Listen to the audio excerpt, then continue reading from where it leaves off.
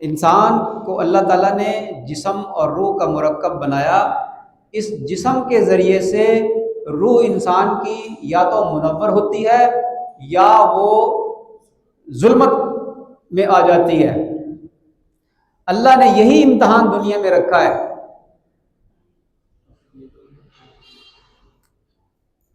کہ یہ انسان اس جان کو استعمال کر کے کیسے زندگی گزارتا ہے۔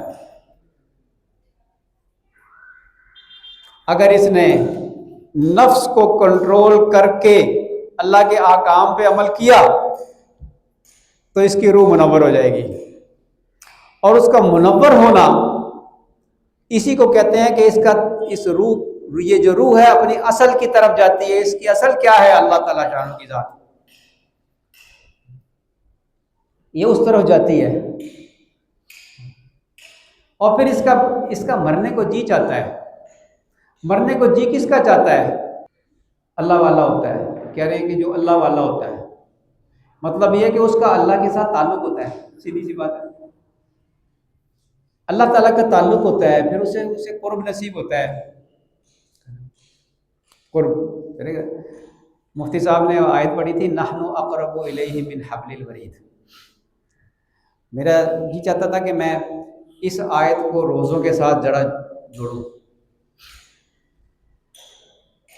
اللہ فرماتے ہیں کہ نحن اقرب الیہ من حبل الورید، ہم تمہاری شہ رگ کے بھی قریب ہیں، شہ رگ سے بھی زیادہ قریب ہیں۔ سب سے زیادہ شہ رگ یہ ہوتی ہے نا انسان کی، شہ رگ کٹ جائے تو انسان مر جاتا ہے۔ اللہ فرماتے ہیں ہم تمہاری شہ رگ سے بھی زیادہ قریب ہیں، لیکن ہمیں اس کا ادراک نہیں ہے، ہمیں اس کا احساس نہیں ہے۔ اور اللہ فرماتے ہیں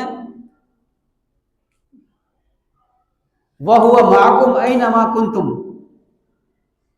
تم جہاں کہیں بھی ہو اللہ تمہارے ساتھ ہے، لیکن ہمیں اس کا احساس نہیں ہے۔ یہ احساس کب پیدا ہوگا؟ اس کا ادراک کیسے ہوگا؟ اللہ تو قریب ہیں، لیکن ہم نے گناہوں کی وجہ سے اللہ سے دوری پیدا کر لی ہے، کیونکہ ہمارا نفس گناہوں کی طرف مائل ہوتا ہے، ادھر ادھر جی لگ رہا ہوتا ہے، مطلب کوڑا کرکٹ کی طرف ہمارا دل لگ رہا ہوتا ہے، کھیلوں کی طرف ہمارا دل لگتا ہے، فحاشی کی طرف، فلموں کی طرف، گانوں کی طرف۔ اللہ نے ان کے اندر ایک کشش رکھی ہے نفس کے لیے۔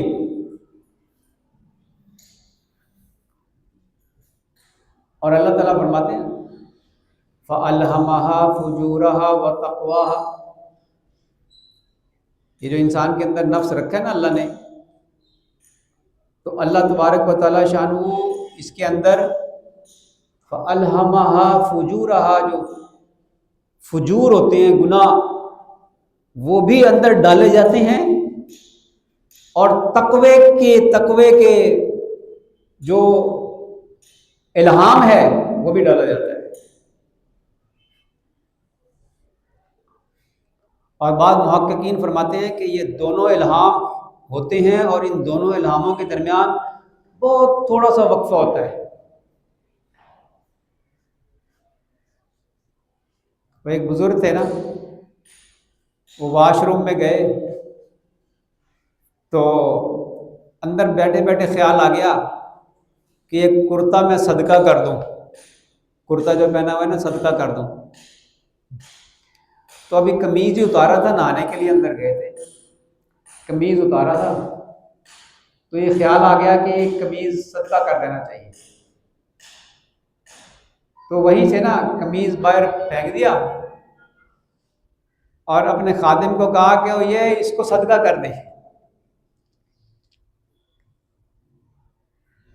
تو باہر آئے تو خادم نے کہا کہ حضرت آپ باہر آنے کا انتظار تو فرما لیتے ہیں، اندر سے ہی پہلے ہی فرمایا مجھے نیکی کا خیال آ گیا تھا، نفس کا کوئی اعتبار نہیں، باہر نکلنے سے پہلے یہ ارادہ ہی بدل جائے۔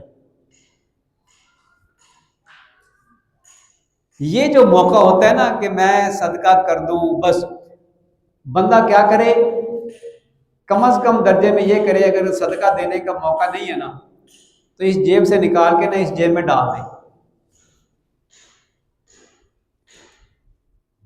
نیکی کا خیال آ گیا. جو بندہ ایسا کرنے لگے وہ بہت جلد اللہ تعالیٰ کا قرب حاصل کر لے گا.